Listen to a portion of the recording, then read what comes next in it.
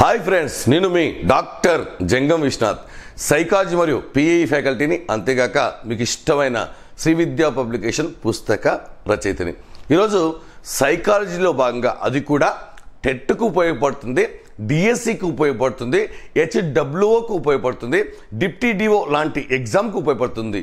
ఓవరాల్గా ప్రతి ఎగ్జామ్లో ఖచ్చితంగా వచ్చేటటువంటి మనము అభ్యసన బదలాయింపు టాపిక్ను మనం చాలా ఈజీగా నేర్చుకోబోతున్నాం. దాంతోపాటు అందరూ కూడా అభ్యసన బదలాయింపు రకాలు నేర్చుకుంటారు, కానీ దాని ముందు వెనక దాని యొక్క ప్రత్యేకత అనేటువంటిది నేర్చుకోరు.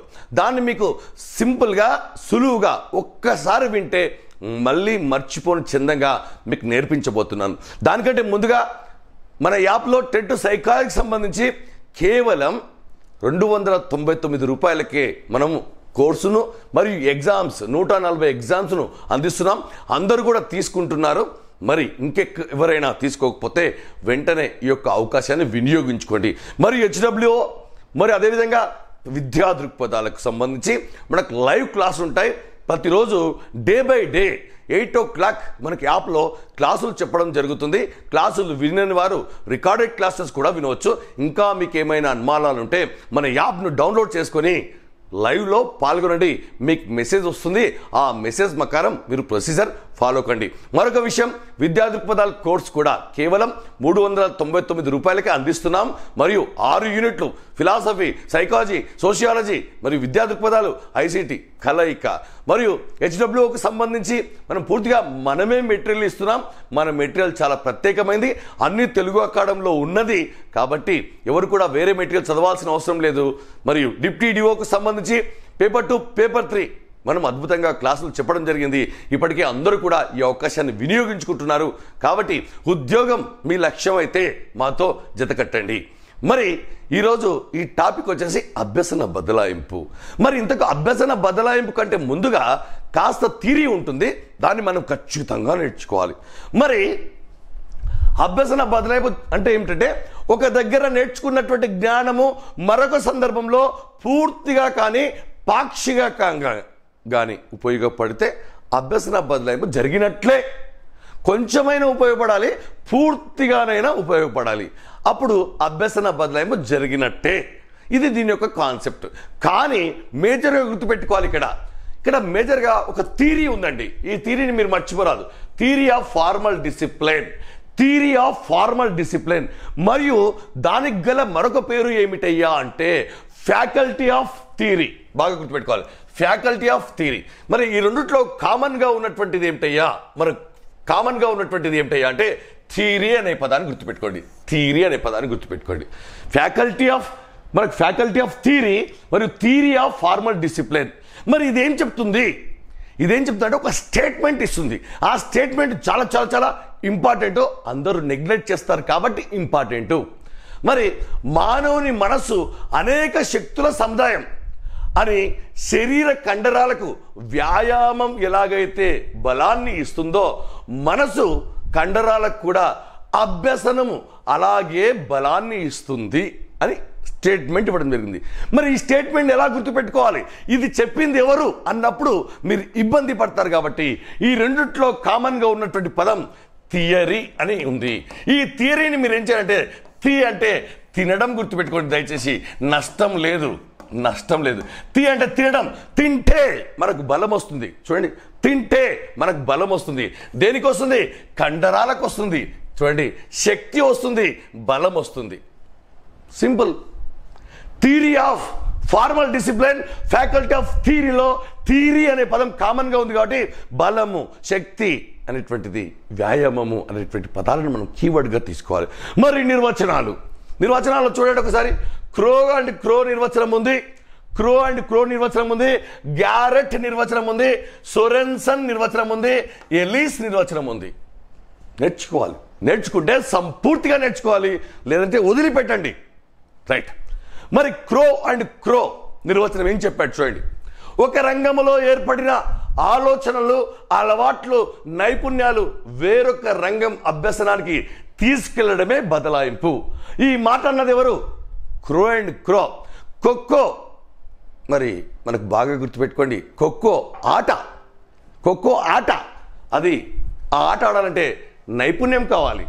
ఆ ఆట ఆడాలంటే మనకు ప్రతిరోజు అలవాటు ఉండాలి. లేదు నేను ఇంకా ఖోఖో అంటే కోడి తినే అలవాటు మీకుంది. ఈ విధంగా గుర్తుపెట్టుకోండి. సబ్జెక్ట్ని ఈజీ చేసుకోండి, టిపికల్ చేసుకోకండి, మనసు పాడు చేసుకోకండి. మరి గారెట్ అంటే క్యారెట్ గుర్తుపెట్టుకోండి. బదలాయింపు అనగా ఒక స్థితిలో జరిగిన అభ్యసనము కొత్త సందర్భంలో పూర్తిగా కానీ పాక్షికంగా కానీ ఉపయోగపడడం. ఈ మాట ఆల్రెడీ మనం మాట్లాడుకున్నాం. ఈ మాట చెప్పింది గారెట్ కాబట్టి మరి మీ కళ్ళు పాడయ్యాయి అనుకోండి, డాక్టర్ ఏం చెప్తాడు? క్యారెట్ తినండి అంటాడు. అది పూర్తిగా పాడైనా సరే, పాక్షికంగా పాడైనా సరే, ఈ విధంగా గుర్తుపెట్టుకోవడం. ఎవరి కళ్ళు పాడు కావు, బాగా చూసే విధానంలోనే తేడా ఉంటుంది. కాబట్టి మరి క్యారెట్ ఎప్పుడు తింటాం అంటే డాక్టరు పూర్తిగా కానీ పాక్షికంగా కానీ మన కళ్ళకి ఇబ్బంది వస్తే మనం తినాల్సింది క్యారెట్ అని గుర్తుపెట్టుకోండి. మరి నెక్స్ట్ సోరెన్సన్ గారు చెప్పినటువంటి నిర్వచనం, మరి ఒక స్థితిలో ఆర్జించినటువంటి జ్ఞానము, శిక్షణ, అలవాటు మరో అభ్యసన స్థితికి అన్వయించి అభ్యసించడమే బదలాయింపు. మరి ఈ మాట సోరెన్సన్. సన్ అంటే కొడుకు, సన్ అంటే మీ అబ్బాయి. చూడండి, మన అలవాట్లు మన పిల్లలకు అన్వయించబడతాయి. అందుకే చూడండి, అన్వయించబడతాయి. చూడండి, మన జ్ఞానము, మన శిక్షణ, మన పెంపకం, మన అలవాట్లు ఖచ్చితంగా మన పిల్లలకు, సన్ అంటే కొడుకుకు అన్వయించబడతాయి. మనం ఇచ్చే శిక్షణ, మనం ఇచ్చే జ్ఞానము, మన అలవాట్లు పూర్తిగా వారు కాపీ కొడతారు. మరి చివరిది ఎలిస్. ఒక ప్రక్రియలో గడించిన అనుభవాలు తర్వాతి అలాంటి ప్రక్రియ సాధనపై ప్రభావం చూపడమే బదలాయింపు. ఎలిస్ అంటే నేను పోలీస్ అంటున్నాను. పోలీస్ జాబ్ రావాలంటే మీరు ఖచ్చితంగా ఉదయం పూట గ్రౌండ్కి వెళ్ళి సాధన చేయాలి. అందుకే సాధనమున పనులు సమకూరు ధరలోన అని మనకు నానుడి ఉంది. మరి ఇది అభ్యసన బదలాయింపుకు సంబంధించినటువంటి నిర్వచనాలు మరియు కాన్సెప్ట్. మరి నెక్స్ట్ చూస్తే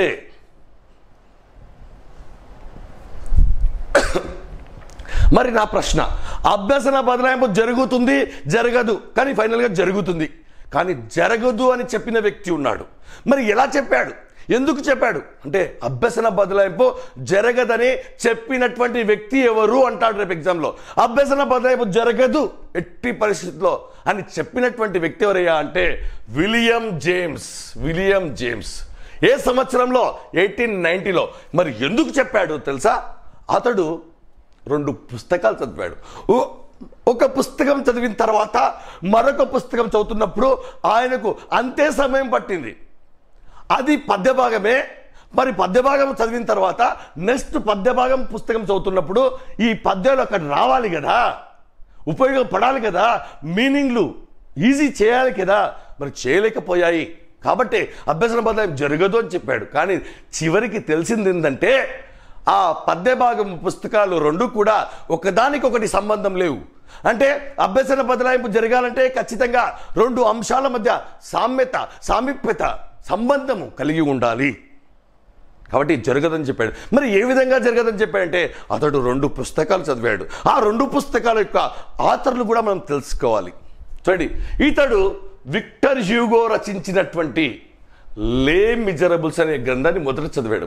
మొదట విక్టర్ హ్యూగో రచించినటువంటి లే మిజరబుల్స్ అనే గ్రంథాన్ని చదివాడు.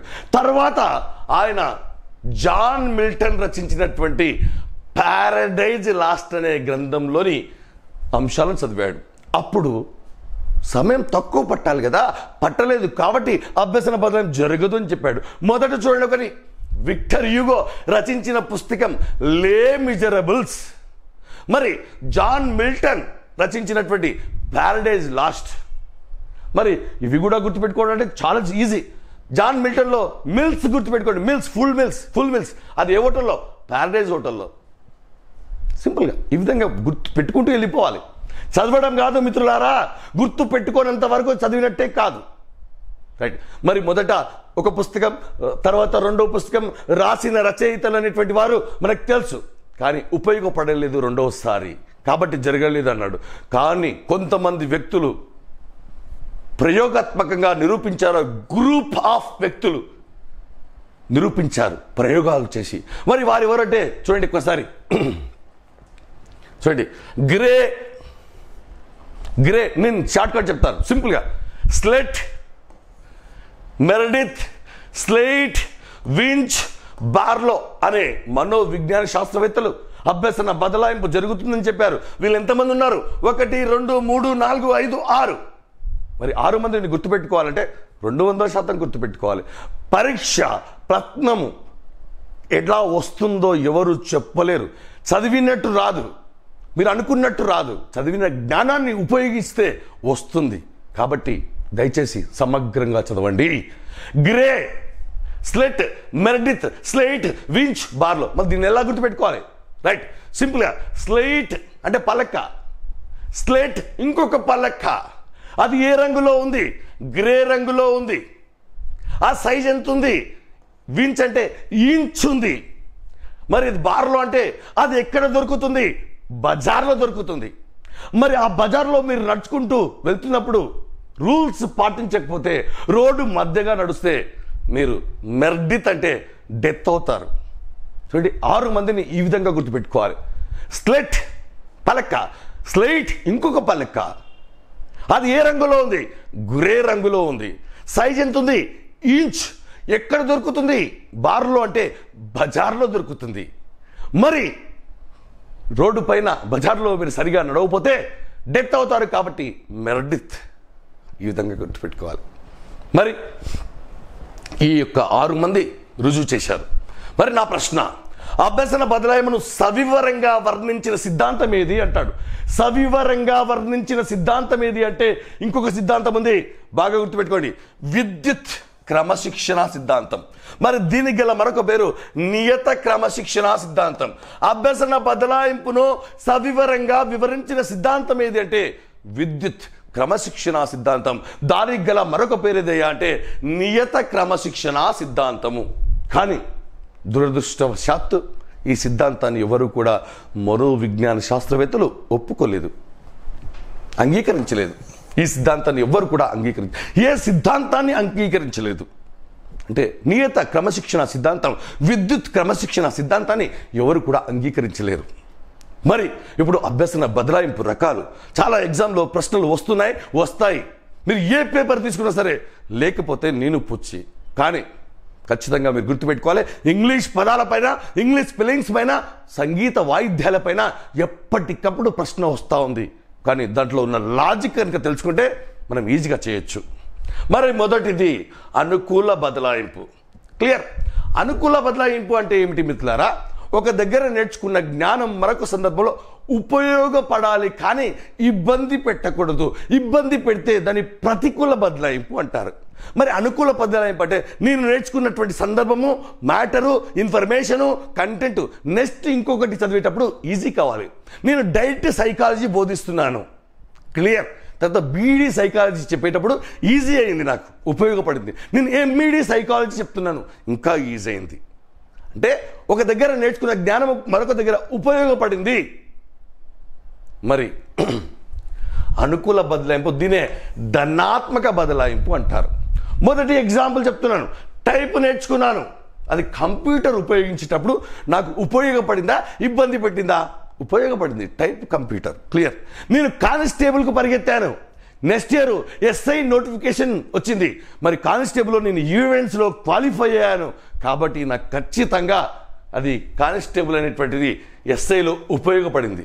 నేను గ్రూప్ 4కు జనరల్ స్టడీస్ చదివాను, నేను గురుకులకు జనరల్ స్టడీస్ చదివాను, అది హెచ్డబ్ల్యూకు జనరల్ స్టడీస్కి ఉపయోగపడింది. నేను గురుకులాలో కంటెంట్ మెథడ్ చదివాను, మరి నాకు స్కూల్ అసిస్టెంట్లో కంటెంట్ మెథడ్కి ఉపయోగపడింది. నేను టెట్ సైకాలజీ చదివాను, అది హెచ్డబ్ల్యూకి ఉపయోగపడింది. మరి అదేవిధంగా డిఎస్సిలో ఒక యూనిట్కే ఉపయోగపడింది, డిప్యూటీ డిఓకి ఉపయోగపడింది. ఈ విధంగా గుర్తుపెట్టుకోవాలి. నేను వాక్ అనే పదాన్ని చదవడం నేర్చుకున్నాను, WALK వాక్. తర్వాత టక్, మరి ఏమైనా ఇబ్బంది అయిందా? లేదు. Walk talk, clear. మరి డజన్ అనే స్పెల్లింగ్ నేర్చుకున్నాను. డజన్ యొక్క బహువచనం కూడా నాకేమిటి తెలుసా? డజనే. నాకు ఇబ్బంది కాలే కదా, డజన్కు డజన్. మరి హెయిర్ అనే పదం నేర్చుకున్నాను, హెయిర్ అనే పదానికి బహువచనం హెయిరే. కాబట్టి నాకు ఇబ్బంది కాలే, కన్ఫ్యూజన్ లేదు. నేను పెన్నుకు బహువచనం పెన్స్ నేర్చుకున్నాను కాబట్టి పెన్నుకు బహువచనం పెన్స్ నేర్చుకున్నాను. కానీ మౌస్కు బహువచనం మౌసెస్ నేర్చుకుంటే అక్కడ ఇబ్బంది అయింది నాకు, అక్కడ ఇబ్బంది అయింది. అది ఎలాగో నేర్చుకుందాం. Talk walk, cat rat, walk talk, డజన్కు బహువచనం డజనే, హెయిర్కు బహువచనం వేరే. కాబట్టి ఈ ఇంగ్లీష్ పదాలు మీరు గుర్తుపెట్టుకోవాలి. రైట్. కంటెంట్ నేను నేర్చుకున్నాను. స్కూల్ పుస్తకాలు 10th వరకు సైన్స్ మ్యాథ్స్ సోషల్ అన్నీ చదివాను. అది ఎక్కడ ఉపయోగపడతాయండి? నాకు జనరల్ స్టడీస్లో ఉపయోగపడతాయి నాకు 100%. అంటే చదివింది ఏది వృధా కాదు, ఖచ్చితంగా ఏదో ఒక దగ్గర ఉపయోగపడుతుంది. అనుకూల బదలాయింపు. కానీ ప్రతికూల బదలాయింపు పైన ప్రశ్నలు వస్తున్నాయి, ఎందుకంటే అక్కడ మీరు కన్ఫ్యూజ్ అయ్యే అవకాశాలు ఉంటాయి. కాబట్టి మరి ప్రతికూల బదలాయింపు చాలా సింపుల్. ప్రతికూల బదలాయింపు గురించి మనం మాట్లాడుకోబోతున్నాం. ప్రతికూలకు మరొక పేరు, వ్యతిరేక, రుణాత్మక. ఈ పదాలు గుర్తుపెట్టుకోకపోతే కష్టం. రైట్. అంటే ఆపోజిట్. నేను ఒకటి నేర్చుకుంటున్నాను, ఇంకొకటి నేర్చుకుంటే నాకు కన్ఫ్యూజ్ అవుతున్నాను, ఇబ్బంది పడుతున్నాను, కాబట్టి దాన్ని ప్రతికూల అంటారు. నేను ఒక బైక్ నడిపాను, అన్ని వెనక్కే గేర్లు. నెక్స్ట్ ఇంకొక బైక్ నడుపుతున్నాను, అన్ని ముందుకే గేర్లు. అప్పుడు ఏమవుతుంది? నాకు వెనక్కి గేర్లు వేసే అలవాటు ఉన్న నాకు ఆ బైక్ తీసుకున్నప్పుడు కూడా ఆటోమేటిక్గా ముందుకు వేయాల్సింది నేను వెనక్కి వేశాను, అందుకే ఇబ్బంది అవుతుంది. అంటే వ్యతిరేకం, అంటే రుణాత్మకం. అంటే దీన్ని బట్టి అలవాట్లో పొరపాటు జరిగింది. అలవాట్లో పొరపాటు గల బదలాయింపు ఏది అంటాడు? అదే వ్యతిరేక బదలాయింపు. చూడండి, ఇది ఎగ్జామ్లో వచ్చినటువంటి అలవాట్లో పొరపాటు గల బదలాయింపు, వ్యతిరేక బదలాయింపు, దానే ప్రతికూల బదలాయింపు. ప్రతికూల బదలాయింపు ఎల్లప్పటికీ కూడా పురోగమన అవరోధాన్ని పోలి ఉంటుంది. మనం గతంలో మన యూట్యూబ్లో చెప్పడం జరిగింది. కాబట్టి చూడండి ఒకసారి. మరి పుట్టు బట్ ఇదెందుకు రాశారు సార్ ఇక్కడ? నేను పియూటీ పుట్టు చదవడం నేర్చుకున్నాను, బియూటీ బుట్టు చదవడంలో నాకు ఇబ్బంది అయింది. మరి ఎలా సార్ అంటే పియూటీ పుట్టు కాబట్టి బియూటీని కూడా నేను బుట్టు అంటున్నాను. ఏమంటున్నాను? బుట్టు అంటున్నాను. కానీ ఏమనాలి? బట్టనాలి. నేను ఏమనాలి? బట్టనాలి నేను. కానీ ఇక్కడ ఏమంటున్నాను? బుట్ట అంటున్నాను. ఎందుకు బుట్ట అంటున్నాను? నేను పియూటీ అంటే పుట్టునని నేర్చుకున్నాను, కాబట్టి బియూటీ అంటే నేను బుట్టు అని చదువుతున్నాను. కాబట్టి నాకు ఇబ్బంది అయింది. యాక్చువల్గా ఏం చదవాలి? బట్టను చదవాలి. కానీ గతంలో పుట్టు అన్నాను, కాబట్టి ఇప్పుడు బుట్టు అంటున్నాను. కాబట్టి ఇది వ్యతిరేక బదలాయింపు. పుట్టు తర్వాత నేను ఎన్యూటీ చదవడం నేర్చుకున్నాను. నేను పియూటీ పుట్టు కాబట్టి ఎన్యూటీ నుట్టు అంటున్నాను. యాక్చువల్గా నట్ట అనాలి. ఇక్కడ వ్యతిరేక బదలాయింపు జరిగింది మిత్రులారా, తెలియకుండానే. రైట్. నేను బుక్కు బహువచనం ఏం నేర్చుకున్నాను తెలుసా? బుక్స్ అని నేర్చుకున్నాను. నాకు మైండ్లో అది ఫిక్స్ ఉంది. నెక్స్ట్ ఇంకొక అంశం నేర్చుకుంటుంటే ఇబ్బంది అవుతుంది. బహువచనం, బుక్కు బహువచనం బుక్స్ అని నేర్చుకున్న విద్యార్థి ఫూడ్కు బహువచనం నేను ఏమంటున్నానంటే ఫుడ్స్ అంటున్నాను. అంటే మీకు అర్థమైపోయింది. ఇక్కడ నేను ఫీట్ అనబోయి ఫుడ్స్ అంటున్నాను కాబట్టి ఇబ్బంది అయింది. అదేవిధంగా చైల్డ్కు బహువచనం నేను చైల్డ్స్ అంటున్నాను, కానీ ఏమనాలి? చైల్డ్ అనాలి. మౌస్కు బహువచనం మౌసెస్ అంటున్నాను, ఇది తప్పు, మైస్ అనాలి. ఉపయోగపడలేదు, ఇబ్బంది అవుతుంది నాకు. రైట్. మ్యాన్కు బహువచనం నేను మ్యాన్స్ అంటున్నాను, ఏమనాలి? మెన్ అనాలి. ఫిష్కు బహువచనం ఫిష్ అండి, కానీ నేను ఫిషెస్ అంటున్నాను, ఇది తప్పు. అంటే ఒక దగ్గర నేర్చుకున్న జ్ఞానం మరొక సందర్భంలో ఇబ్బందిని కలిగజేస్తుంది. కాబట్టి ఇది ప్రతికూల బదలాయింపు. మరి నెక్స్ట్ చూస్తే శూన్య బదలాయింపు. శూన్య అంటే పెరుగుదల తరుగుదల లేని ఇబ్బంది.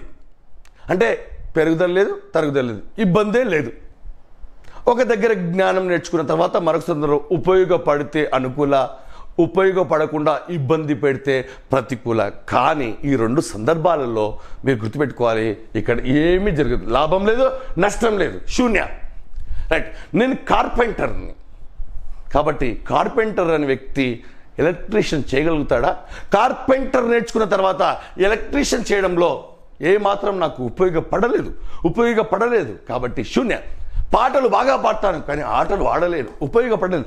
అంటే ఈ స్కిల్ ఇక్కడ ఉపయోగపడలేదు. మరి ఇబ్బంది పెట్టిందా? లేదు. మరి ఈత కొట్టాను, మరి ఈత బాగా కొట్టే నేను మరి కంప్యూటర్ కూడా అంతే బాగా నేర్చుకుంటారా? సచిన్ టెండూల్కర్ క్రికెట్ బాగా ఆడగలడు, కానీ చదవలేడు. దానికి దీనికి సంబంధం లేదు.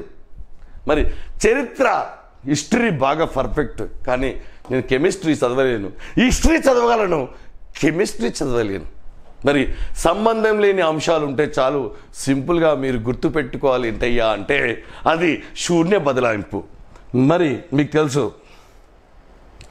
ఏకపార్శ ద్విపార్శ, ఏకపార్శ ద్విపార్శ.